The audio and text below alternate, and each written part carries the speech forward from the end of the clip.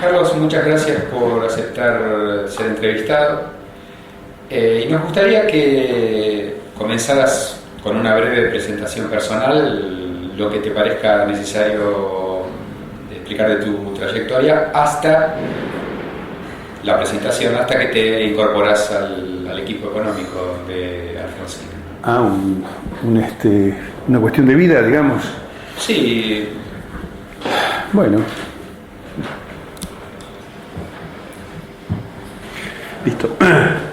No, decía que hoy tengo 58 años, soy economista, egresado en el año 1970 de la Universidad de Buenos Aires. Tengo algún estudio de posgrado en el ILPE CEPAL en Santiago de Chile y después el resto es mi propia formación. Mi trayectoria profesional empezó en la empresa privada, en la empresa Molinos Río de la Plata, haciendo un entrenamiento como becario para gerente de producto. A los 3 meses me agarró un ataque de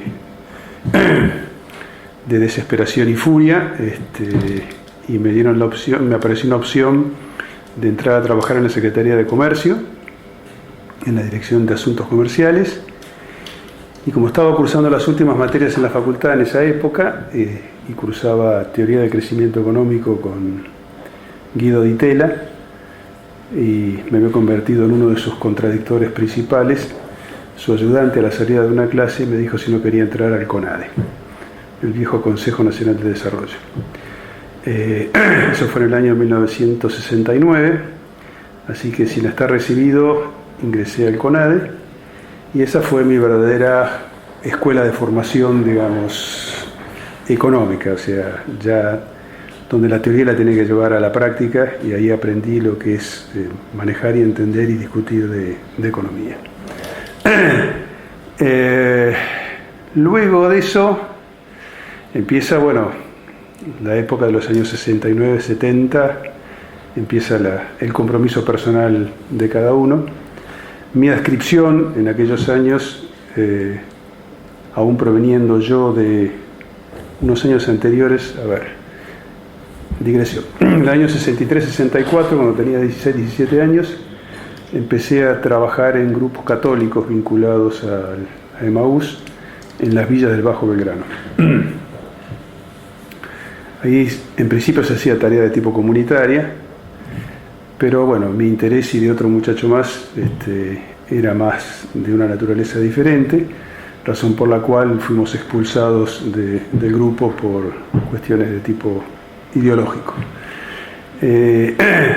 Así que ahí cesé, después de un par de años de militancia en las villas.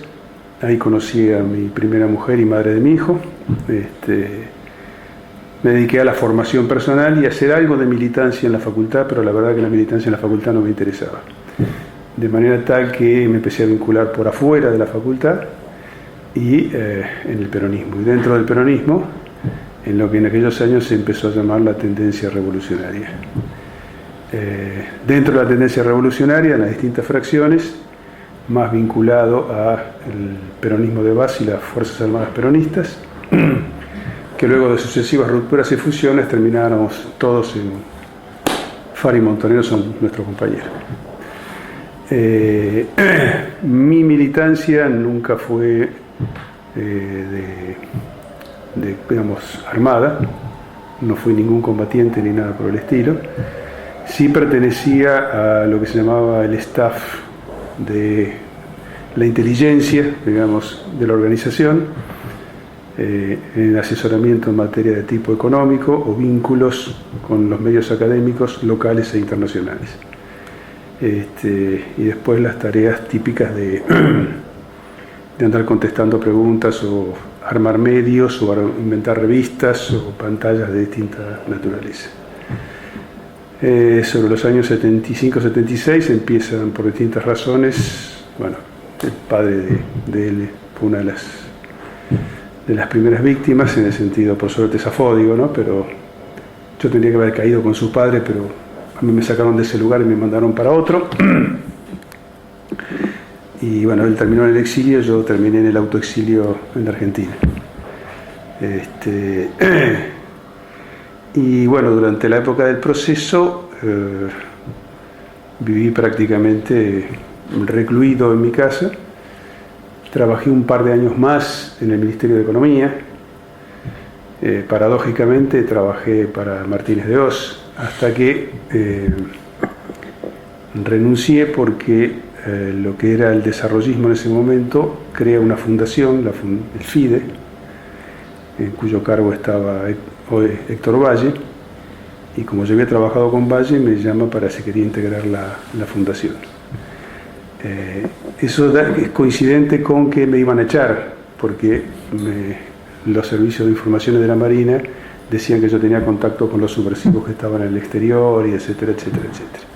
Así que no les di ni tiempo de que me echaran, sino que me fui. Y del año 78 hasta el año 83, en el retorno de la democracia, trabajé en el FIDE. Ese fue mi refugio, una alianza táctica, digamos, con el desarrollismo para, desde lo económico y desde lo político-económico, llevar la crítica al modelo neoliberal que estaba tratando de implantar Martínez de Hoz. Ahí ejerzo mis primeras armas como en el periodismo económico.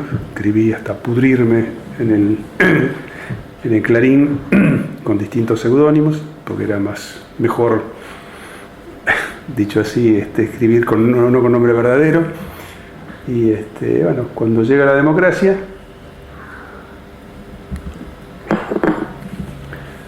yo la verdad que estaba absolutamente desenganchado, no me había tratado de insertar en ningún tipo de grupo. Y un día caminando por la calle, lo único que hacía era participar, sí, por supuesto, en distintas discusiones académicas sobre las cosas que pasaban y que podían pasar con el retorno de la democracia. Entonces, en esos seminarios, ahí veía un montón de gente. De hecho, yo lo conocía personalmente a Zurruy, lo conocía a Canitró, lo conocía a Machinea, digamos, así que lo conocía a Frenkel, teníamos distintas grados de amistad, pero nos relacionábamos. Y un día salgo de ahí del FIDE, que estaba en Santa Fe y Montevideo, tenía que caminar para el lado del 9 de julio, Zurruy vive cerca de esa zona, y me lo cruzo por la calle. Entonces me para, me dice, te estaba buscando a vos. Le digo, mira, yo te estaba buscando yo para felicitarte, le digo, porque yo sé que te han nombrado secretario de planificación del nuevo gobierno. Dice, bueno, sí, de eso se trata, porque quiero que vengas a trabajar conmigo. Bueno, le dije, ya que venís así, pero te advierto una cosa, le digo, yo no lo voté a Alfonsín, te aviso. Como tampoco voté a Luder, le digo. Mis opciones no pasaron por ese lado. Así que no, a nosotros no nos importa de dónde venga, sino lo que queremos hacer. Entonces, bueno, empiezo a trabajar con Juan en la Secretaría de Planificación, y a partir de ese momento, bueno, toda la historia del equipo económico que se arma el 10 de diciembre de 1983 en la Secretaría de Planificación es el que continúa intercambiando funciones durante todo, hasta el 1989, que como no usábamos el lápiz rojo nos echa la presión de Ángel Ossola. Eso así te lo digo con apretada síntesis. A posteriori de eso, bueno, salido del gobierno, se armó esta fundación, empecé a trabajar aquí, tuve un par de años haciendo trabajos sacábamos una revista de corto plazo junto con Broderson y Juan Sommer, y después yo empecé a hacer consultorías afuera, digamos, o también para algunas empresas locales.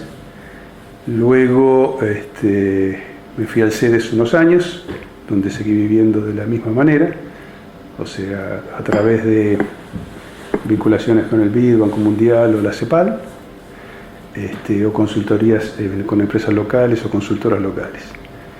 Y luego volví aquí en el año 2000 con un proyecto grande que luego, por razones políticas, Machinea decidió cortarlo de raíz, y bueno, de ahí en más, lo que era algo así como pararme para el resto de la vida me quedó sentado para el resto de mi vida.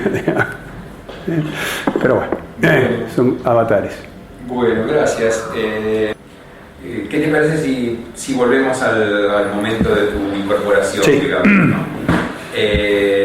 ¿Cómo veías vos, desde tu particular trayectoria y una incorporación así más bien técnica, te convoca un colega, ¿cómo veías vos el cuadro, digamos, de la economía argentina a comienzos del gobierno radical, y cómo veías lo que ya el gobierno radical, las primeras decisiones en materia de política económica estaban tomando, etcétera?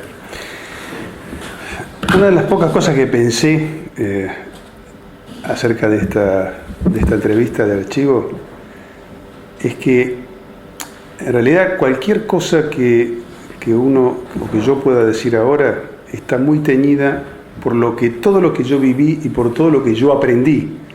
Con lo cual, en algún sentido, lo que yo digo no es exactamente lo que yo pensaba en aquel momento. Claro. Sea por experiencia, sea por formación, las opiniones quizás no eran exactamente las mismas. Esto me hace acordar a una situación parecida a esta que viví cuando se hizo la película Los Cazadores de Utopía. A mí, junto con otra gente, me convocaron casualmente por lo que yo les comentaba, que yo había laburado asesorando a la organización en materia de orientación económica. Entonces, esa película, entre otras cosas, trataba estar montada sobre cómo uno veía también. Y yo en ese momento, en esa película, por supuesto que no salió, dije que en realidad en aquellos años, en los años 70, 71, 72, la verdad que no sabíamos nada de economía. Teníamos apenas una vaga noción de lo que eran los equilibrios, y tal es así que veíamos el programa económico de Helbar como algo así, la claudicación frente a la burguesía. Yo lo miro en perspectiva, le digo, de esto ya fueron los años, y la verdad que fui un tarado, digo, porque la verdad era lo mejor que se podía haber hecho en aquellos años, y lástima que no se pudo llevar adelante.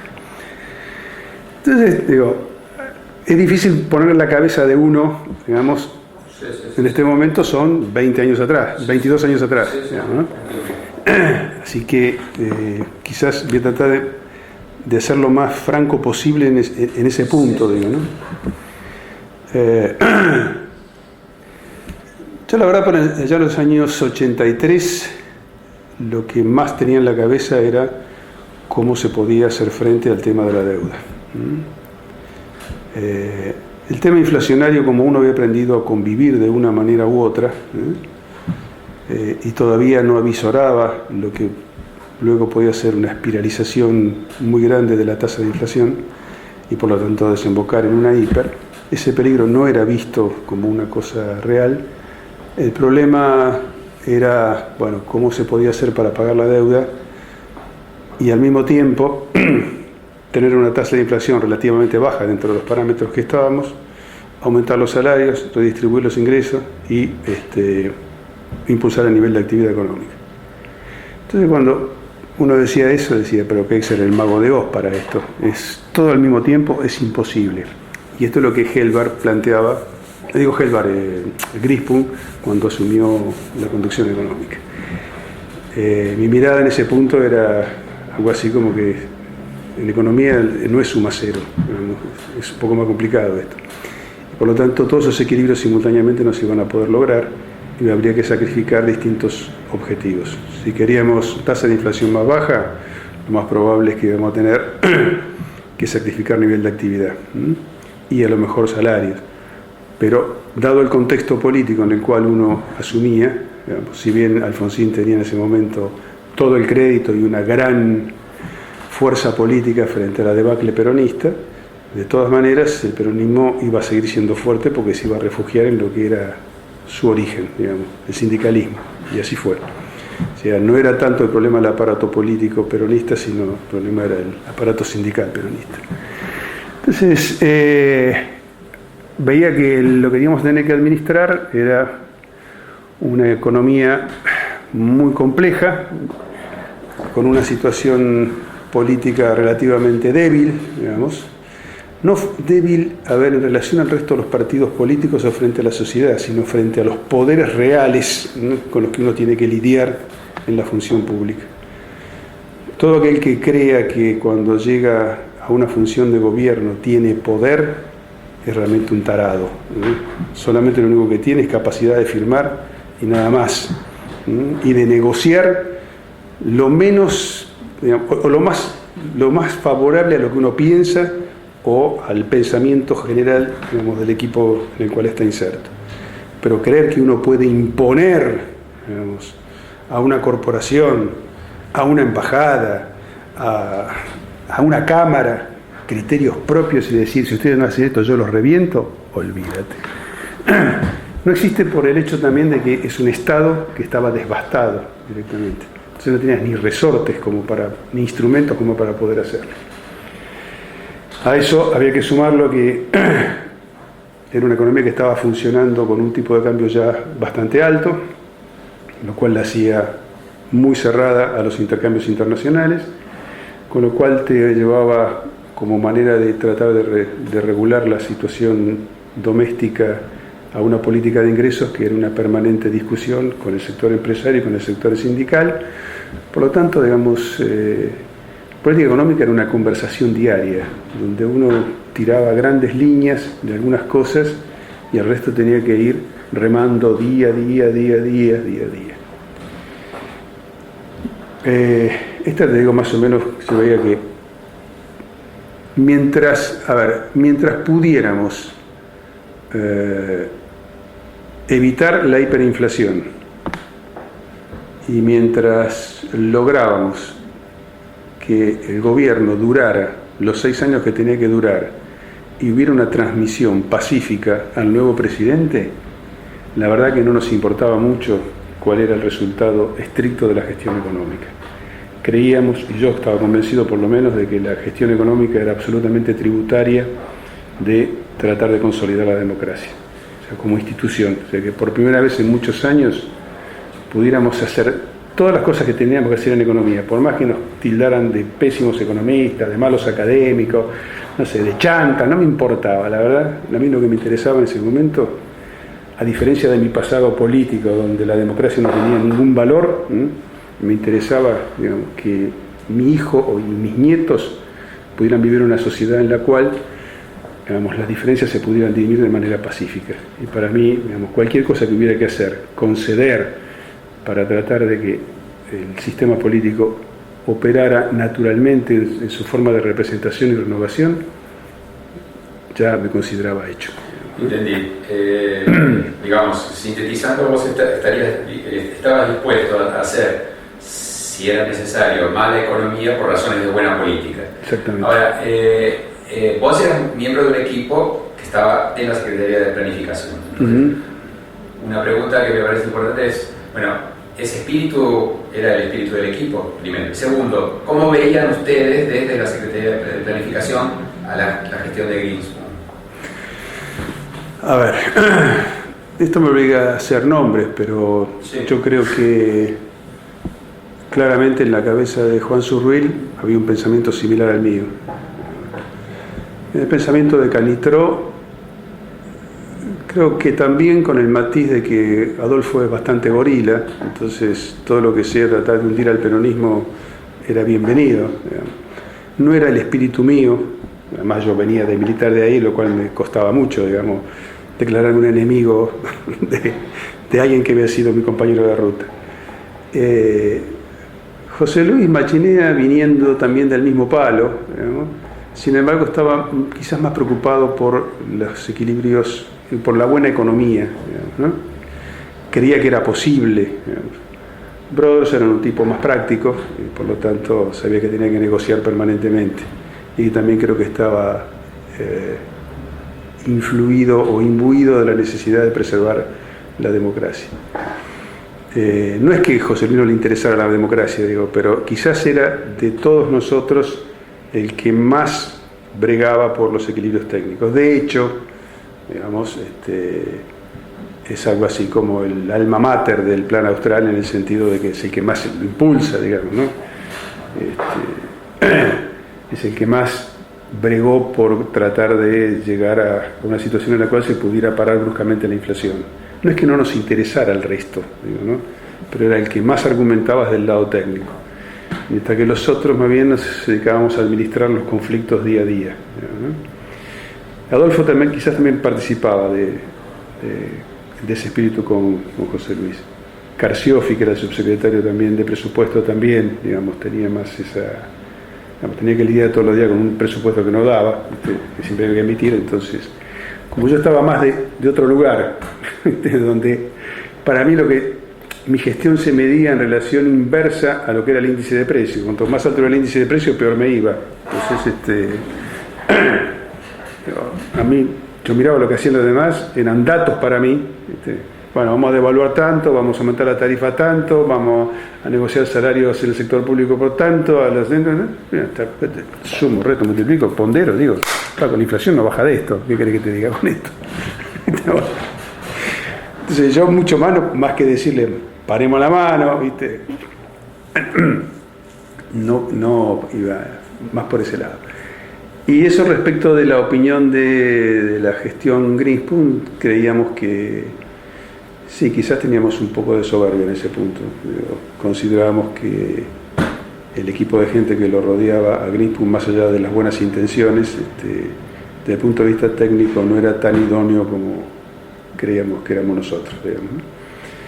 Quizás tenían más oficio político al interior del partido con relación a los demás partidos políticos, pero desde el punto de vista técnico creo que entendían mucho menos, digamos, las cuestiones de tipo macroeconómico, los problemas de la inflación, los problemas de la política monetaria, los problemas de la política financiera, y los problemas de cómo poder arreglar la deuda, con quién uno se estaba enfrentando en la negociación internacional, ¿no? En eso creo que lo teníamos mucho más claro, más trabajado, más elaborado, y en ese sentido, bueno, consideramos que muchas de las decisiones y las actitudes tomadas no eran las más apropiadas. Durante el tiempo que vos participaste en la Secretaría de Planificación, eso coincidió a partir de cierto momento con la elaboración de un diagnóstico. Sí, hicimos un pequeño programa de desarrollo que se llamaba Alineamientos para una estrategia de crecimiento, donde lo que propugnábamos era básicamente que había que lograr una economía en la cual la inversión creciera junto con las exportaciones. Ese era lo que llamábamos nosotros el ajuste positivo. No difiere en nada de lo que está haciendo la Baña ahora. Tipo de cambio alto. El único problema es que no teníamos superávit fiscal. Entonces el problema nuestro, el agujero, por donde se nos iban todas las buenas intenciones, era por ese lado. Superávit externo teníamos, porque nos sobraba. Claro. Tipo de cambio alto teníamos, pero teníamos una economía absolutamente indexada y teníamos déficit fiscal de una magnitud bastante grande. Importante. El contexto internacional era inclusive más desfavorable, en el sentido de que los precios internacionales no eran tan buenos, las tasas de interés eran altísimas en relación a lo que eran los precios internacionales, con lo cual cuando uno hacía los cálculos de tasa de interés real que uno pagaba en relación a los precios de sus principales productos de exportación, era realmente acojonante lo que estaba costando al país el ajuste, ¿no? Pero vos te estás refiriendo solamente a la Secretaría de Planificación. Yo no solamente estuve en la Secretaría de Planificación. Cuando Surruel pasa ministro de... eso ya sé. Listo, no, pensé que estabas ahí. Justamente ahora te pensaba preguntar, digamos, si recordás que puedes contarnos justamente de ese periodo, digamos, de transición. Si era visto desde adentro, el ingreso del equipo de ustedes al Ministerio de Economía. ¿Cómo se produce la salida del Greenspoon? ¿Por qué motivos? No me acuerdo cuál fue exactamente ahora el motivo de la salida de Greenspoon.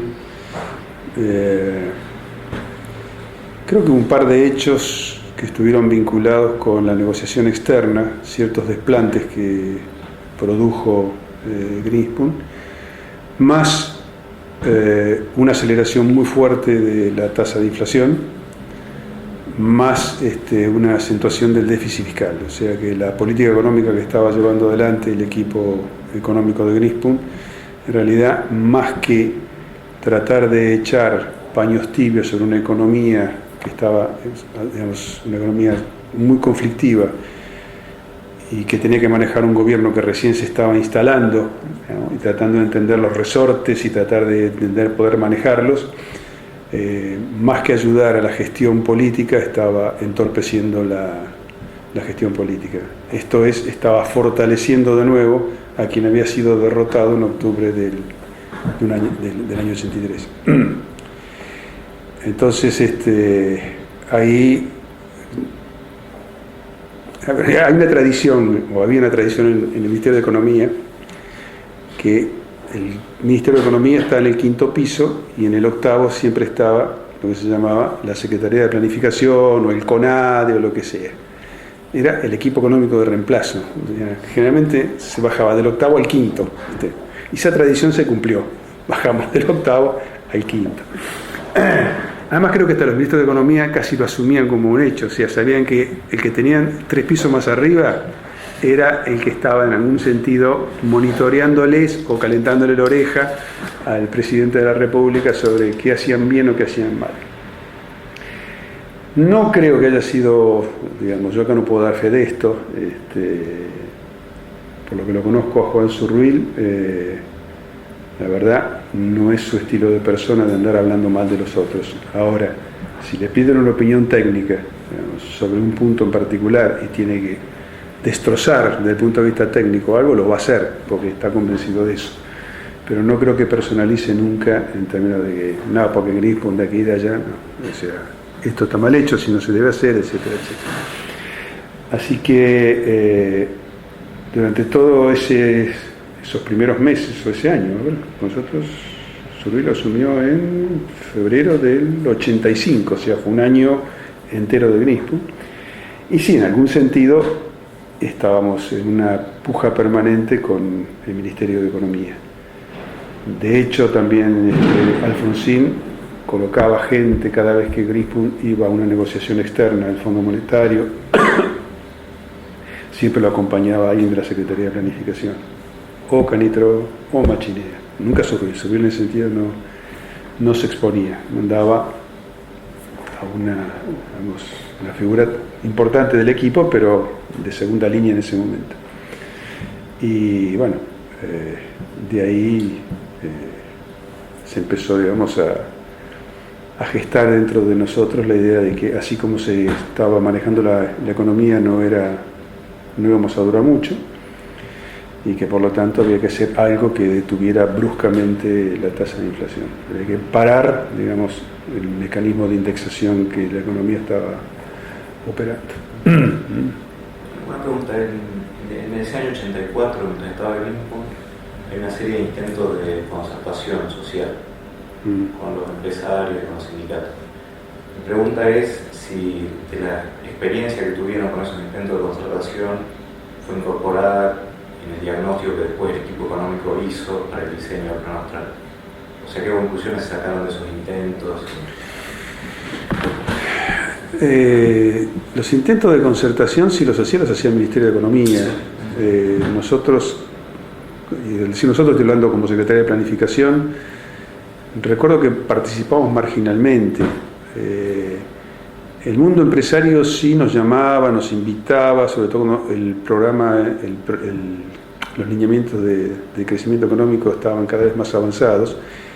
Querían conocer más en detalle cuál era el pensamiento de ese conjunto de gente que estaba 3 pisos más arriba del ministro. Pero no recuerdo que participáramos directamente en la formulación de concertaciones, eran más bien una potestad del ministro de Economía. Sí, a veces venían a las oficinas nuestras empresarios que nos planteaban problemas más de mediano plazo, o sea, qué bueno sería que ustedes de la Secretaría plantearan un programa por el cual pudiéramos manejar algunos incentivos para la industria de bienes de capital o la industria de informática. En aquel tiempo venían las primeras presiones. O otro de este tenor, recuerdo claramente. No se puede hacer algo en materia laboral para tratar de disminuir las regulaciones que hay en materia de trabajo. Esto ya viene desde el año 83, 84. No es que apareció con Menem. Y en aquel momento, por ejemplo, yo recuerdo la anécdota de una de las grandes empresas siderúrgicas en aquel momento. El precio internacional, creo que el acero había subido mucho, entonces había grandes oportunidades para exportar. Entonces los tipos decían, bueno, es una oportunidad, pero es coyuntural, digamos, no es algo que yo pueda rearmar mi planta, tomar gente de manera permanente, porque esto es una oportunidad, va a durar 6 meses y dentro de 6 meses esto se acaba, ¿no? Entonces querían decir a la UOM, escúcheme muchachos, yo ahora necesito gente, pero no puedo tomarlo bajo los cánones de ustedes porque me quedan como permanentes. Cuando a mí se me caiga el laburo, yo me quedo con un montón de gente que no me sirve para nada. Me aumentan mis costos, mi productividad, etcétera, etcétera. No, imposible. Vos no podías. Entonces los tipos abandonaban la exportación. Bueno, porque hacían el cálculo a posteriori de lo que significaba mantener eso. No me como ese garrón.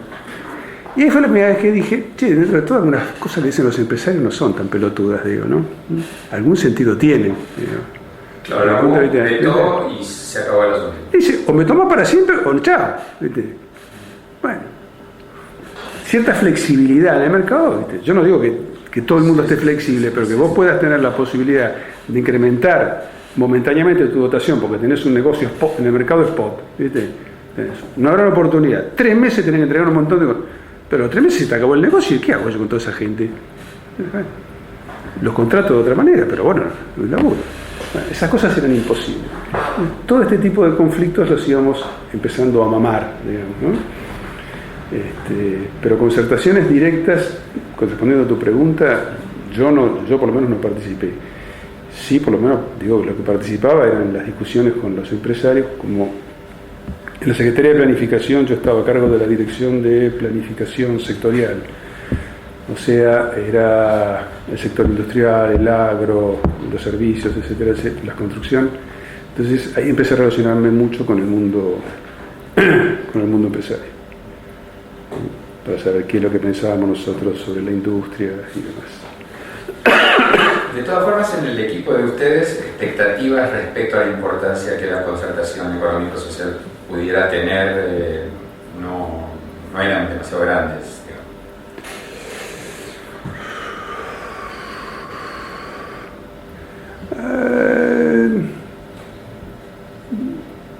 No recuerdo haber discutido el tema en sí mismo, así como lo planteas vos. Yo siempre tenía la idea que en un gobierno que era relativamente débil, más que imponer decisiones, lo que podías hacer era negociar decisiones. Excepto que acumularas demasiado poder, yo seguía pensando todavía que el poder residía en la punta de las bayonetas, así que como eso no lo teníamos, era imposible obligar a la gente que hiciera lo que nosotros queríamos, pero sí podía sorprender, y el hecho de poder sorprender te podía dar poder momentáneo y tratar de ganar ese momento e impulsar algunas decisiones o unas líneas directrices importantes. Después el resto ibas a tener que concertar y negociar. En mi cabeza, por lo menos en la mía, estaba el hecho de que la concertación sí era necesaria. Y yo creo que en la cabeza de Alfonsín también, y entiendo que en la cabeza de Surruil también. No sé así, digo, quizás José Luis era menos concertador. Robertson es un tipo negociador por naturaleza, o sea que él sabía que no podía llevarse por delante a todo el mundo. Pero bueno, como hábil negociador hay que saber qué es lo que podés conseguir en cada momento, ¿no? Pero me da la sensación que por lo menos yo no recuerdo haber tenido una discusión específica sobre el tema. Bueno, vamos a la llegada de ustedes a la economía, digamos. O sea, comienzan la gestión, en tu caso particular vas a Secretaría de Comercio. No, al principio me quedo en el Ministerio de Economía. El ministerio, bueno, estaba Surri, que era el ministro, el viceministro, que era Canitró, Machinea, que era el subsecretario de Política Económica, y yo, que era el director nacional de Política Económica Interna y director nacional de Inversiones Extranjeras. Las dos direcciones tenía que manejar, porque el tipo que estaba ahí no era confiable, entonces, bueno, había también que hacer ese tipo de operaciones, de hecho. Yo, de hecho, no era funcionario político en ese momento, sino que estaba en la línea. Era la máxima jerarquía de la administración pública, pero no era funcionario político.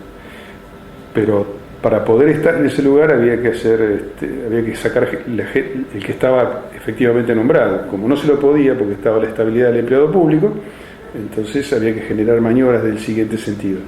Como estaba vacante la Dirección de Inversiones Extranjeras, yo asumí como director de Inversiones Extranjeras, a cargo también de la Dirección Nacional de Política Económica Interna. Entonces, el tipo que era director de Política Económica Interna, lo puse en un archivo, lo dejé ahí sentado, nunca le di bola, ni me acuerdo cómo se llamaba, francamente, y de hecho yo manejaba y así operaba la cosa. Eso duró hasta abril del 86, en esa situación en la que sí pasé a la Secretaría de Comercio. Digamos, un año después del Austral, yo pasé a la Secretaría de Comercio.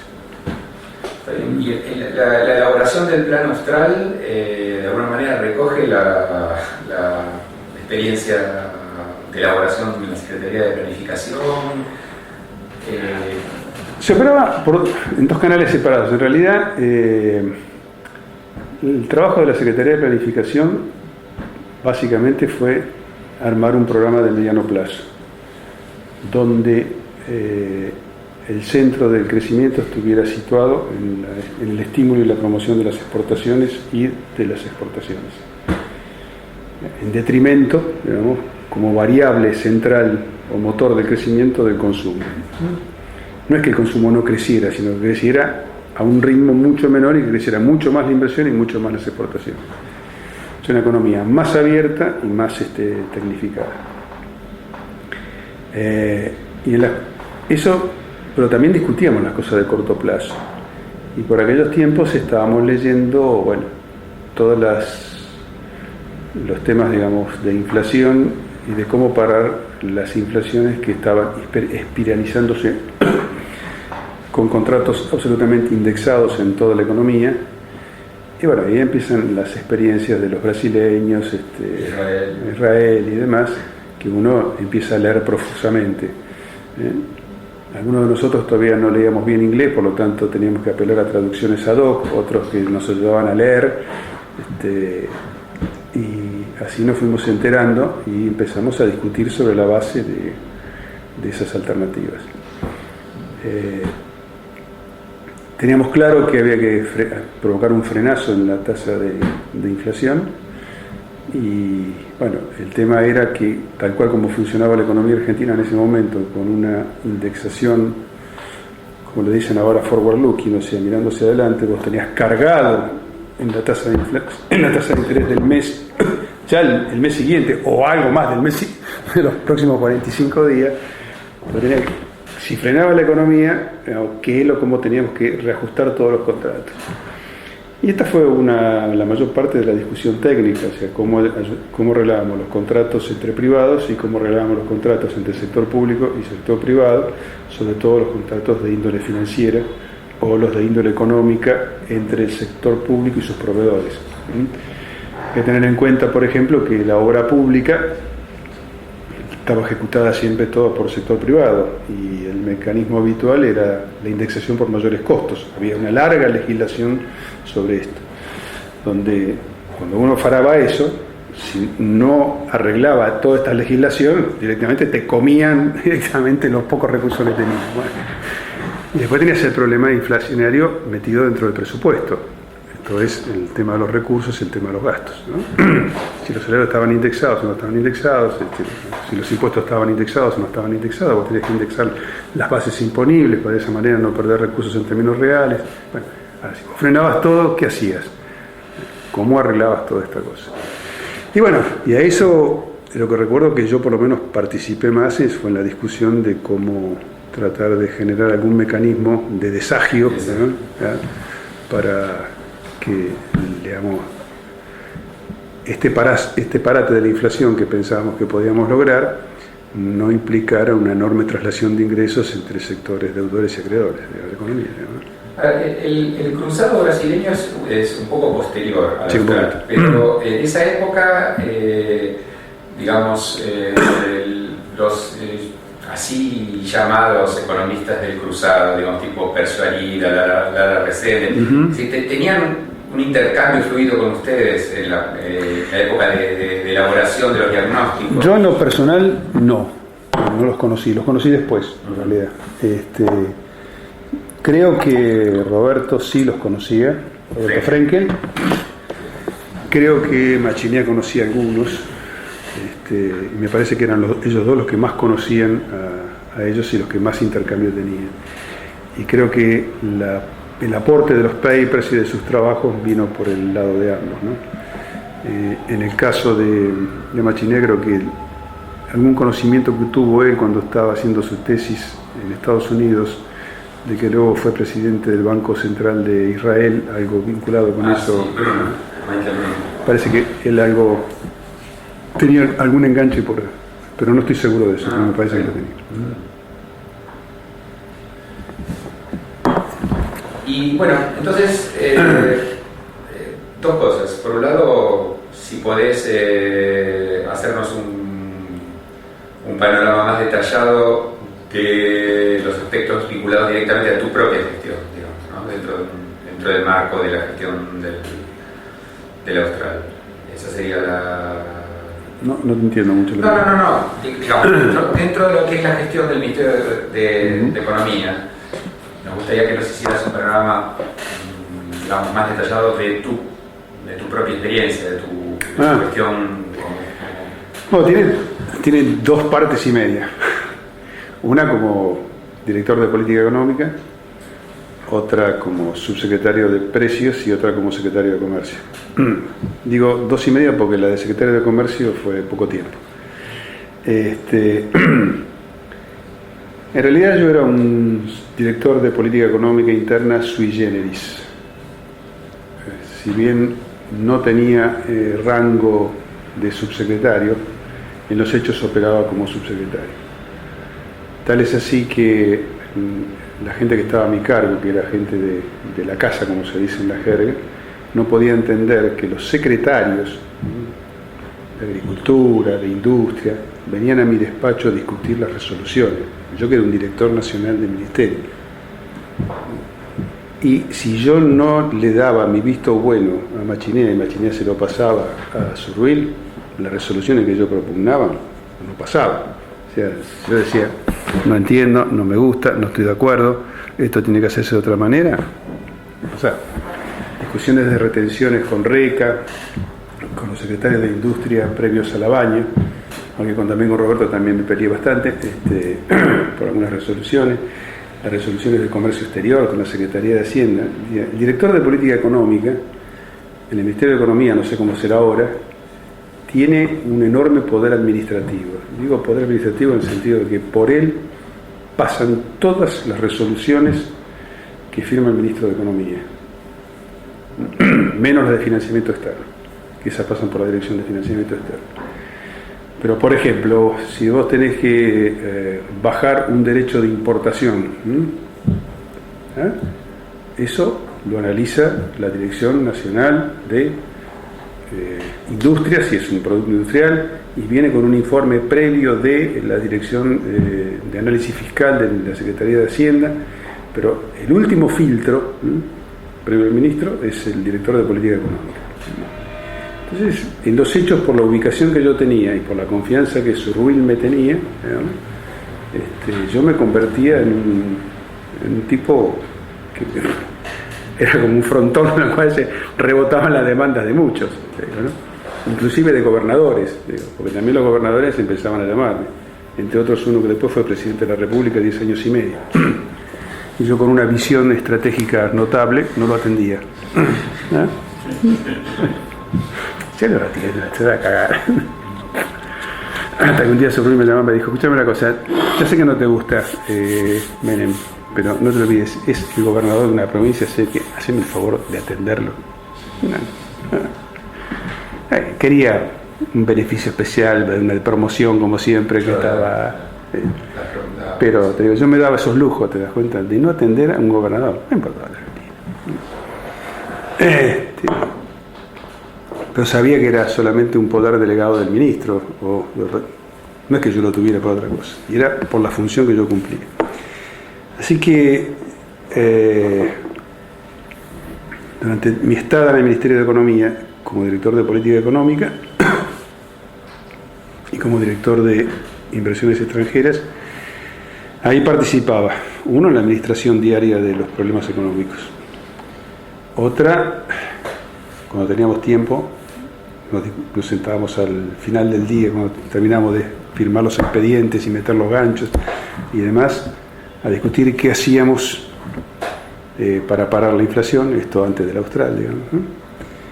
Y en materia de inversiones extranjeras, estábamos pensando ya qué podíamos hacer para utilizar el tema de la deuda como una forma de inversión, o sea, cómo capitalizar, digamos, dentro de las empresas la compra de los pasivos externos.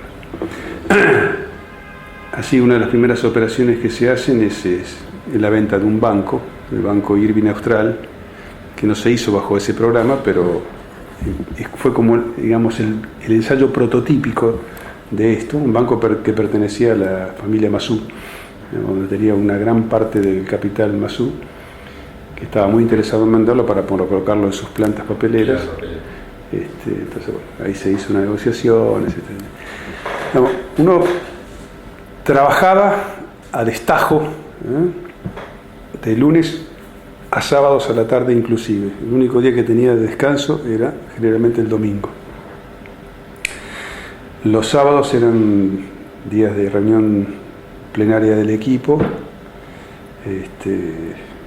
Empezaban a las 10 de la mañana y terminaban a las 6 de la tarde, con almuerzo incluido, siesta, qué sé yo, café, lo que sea, donde se discutían los problemas más acuciantes que había, pero no hechos puntuales en sí mismos, excepto que hubiera algún problema puntual, pero sino más bien los lineamientos de cómo seguir adelante en estas cosas. Y así se va armando, digamos, el programa para detener la inflación, aunque su origen inicial es una discusión en Washington, en un café entre Broderson y Machini, así mal no recuerdo, y alguien más, que ya falleció, Ernesto Feldman, creo, donde trataron de imaginar, digamos, los primeros elementos o rudimentos del plan austral, que luego se lo trajeron a Zurbuil y él estuvo de acuerdo, y ahí se empezó a abrir el juego a los distintos anillos, digamos, que implicaba la conducción, ¿no? De hecho, yo no me enteré inmediatamente, sino me enteré como un mes después, digamos, de lo que se estaba gestando, ¿no? No pertenecía al círculo, si bien era del círculo de confianza, no era del círculo íntimo, digamos, de gestación. Así que, bueno, creo que me desvié. ¿Cómo era la gestión diaria? Bueno, te digo, era recibir permanentemente gente, empresarios básicamente, y funcionarios de distintas áreas de gobierno, que era mi doble tarea. O sea, por un lado los empresarios que trataban de sacar resoluciones favorables a sus intereses por parte del ministro, sea una promoción de exportaciones, sea un derecho de importación que se lo bajaran, sea un subsidio para algo, sea cualquier cosa, que le paguen una deuda que tiene atrasada, etcétera, etcétera. Todos expedientes que pasan por el ministerio. Y lo otro, los otros funcionarios de gobierno que querían que sacaran resoluciones que eran funcionales a sus propias áreas. Entonces, si, por ejemplo, el secretario Reca quería establecer que elimináramos o bajáramos precios, ¿cómo se llamaban? Los precios indicativos en la carne, necesariamente tenía que pasar por la opinión que iba a terminar dando yo, si tal cosa, tal otra, de aquí, de allá. Entonces, la gestión consistía básicamente en una administración diaria de los conflictos económicos, un momento de reflexión al final del día, y cómo sobrellevar la situación de ahí en adelante. ¿Qué cambia cuando paso a ser subsecretario de Precios? Bueno, estoy más metido en un solo tema, que es los precios. En el otro, la gama de asuntos que tenía que atender era mucho más variada. Pero como miembro nato del equipo económico tampoco me desligaba totalmente de los temas macroeconómicos.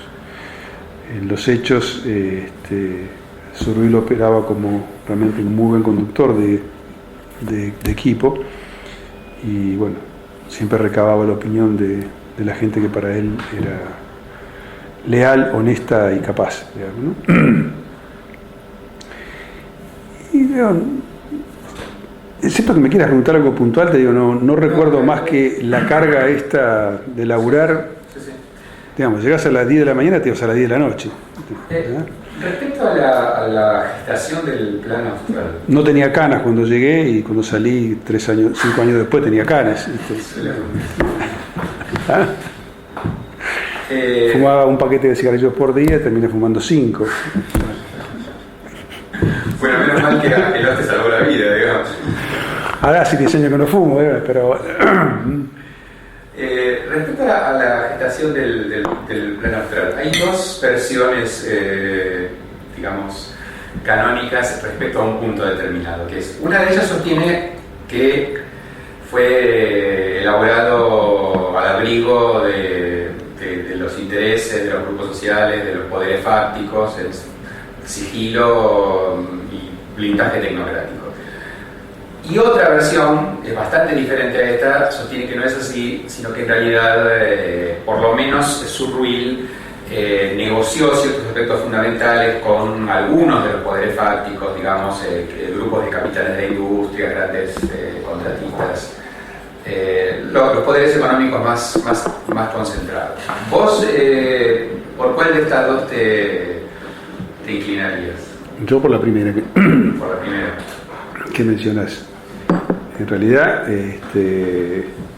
yo puedo dar fe por lo menos de dos casos vinculados a dos grupos económicos importantes de la Argentina, que cuando ya estábamos, como decía, le gustaba decir a Surruil, en operaciones, o sea, armando los pasos finales y imaginando la legislación y todos los detalles técnicos que había que tener en cuenta para lanzar el paquete de manera simultánea.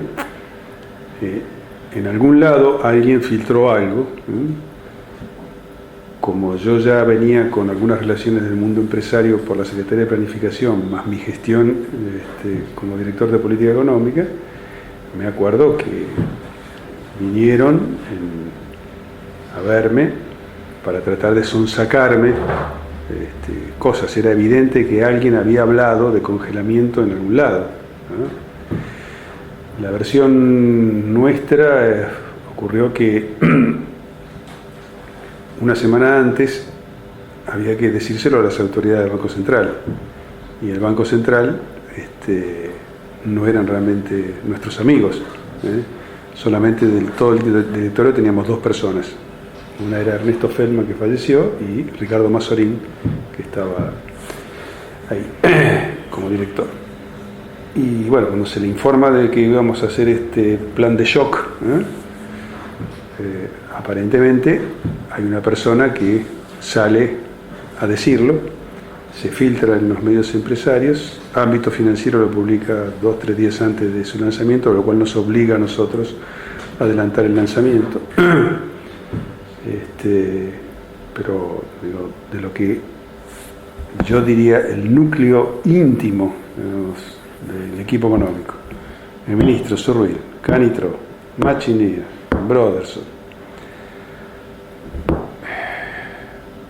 Ernesto Feldman, Mazorín, yo,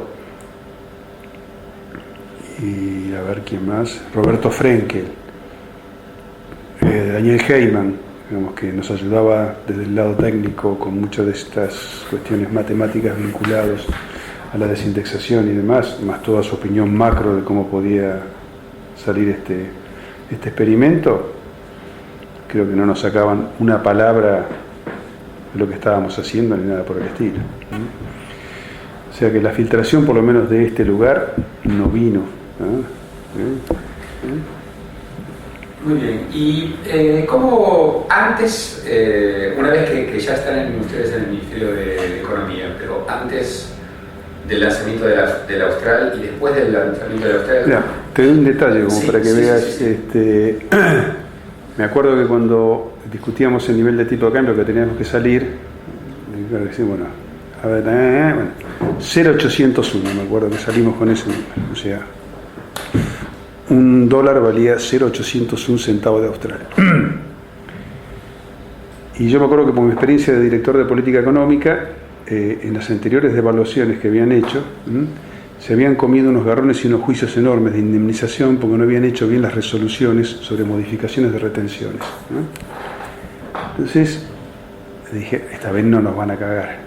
Yo me acuerdo, yo sentadito con una Lexicon 80 en un escritorio un sábado y mirando la guía del exportador e importador donde están todas las resoluciones, haciendo las resoluciones bien para que no ocurriera eso. Y los tipos los recagamos, seguramente. Porque ese negocio que tenían montado por hacer mal las resoluciones, claro, tácate. Claro. Y le cagamos muchísima guita.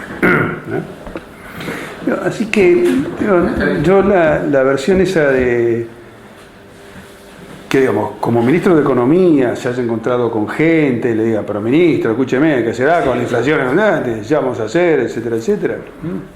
Digo, seguro que lo habrá hecho, digo, pero que adelantarles a los tipos para que tomaran posición. Te estaba preguntando respecto a todo ese periodo, ¿cómo veían ustedes las relaciones entre el gobierno y el Partido Radical? Las reacciones en el partido, el acompañamiento o no del partido. Y había dos niveles, creo yo, ¿no? Yo recuerdo como una persona que acompañaba muy bien a Jaroslavsky. Realmente como jefe del bloque de diputados de radicalismo en la Cámara de Diputados, realmente su acompañamiento fue de una lealtad y de poner la cara, digamos, por cualquier cosa para que lo cachetearan, y de defensa a ultranza, aún de lo que no entendía. Pero si nosotros lo decíamos, está bien. Este era el nivel. Y lo rescato a él no porque esté muerto, digo, sino porque es lo que realmente más recuerdo como una persona realmente leal. Yo, digo, mi contacto, yo viniendo de justicialismo, no tenía contacto con el Partido Radical, de manera tal que lo único que recibieran llamados de distintos diputados o senadores o concejales, como siempre tratan de buscar alguna, no digo prebenda, algún favor especial para su provincia o para su municipio o para lo que sea. No destinada a engrosar sus bolsillos, sino algo que les sirviera a ellos en su práctica política para seguir conservando o ser digamos, reelecto en una próxima elección, o avanzar en posiciones dentro del partido. Esto no creo que se vayan a creer que no me intentaron coimear, que no me intentaron plantear un negocio. También existió de eso, pero eran los menos en realidad. Y cuando recibíamos algún tipo de llamado ya sabíamos de qué iba a ser, de quién era el coimero del que venía a tratar de que le financiáramos una obrita, no sé, un tramo de ruta en algún lado, algo por el estilo.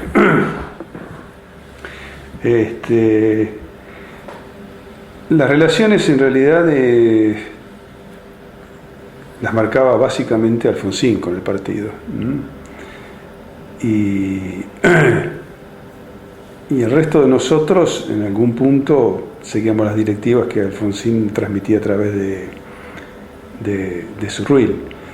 O sea, yo nunca me consideré con libertad para tratar de manera autónoma este tipo de cosas.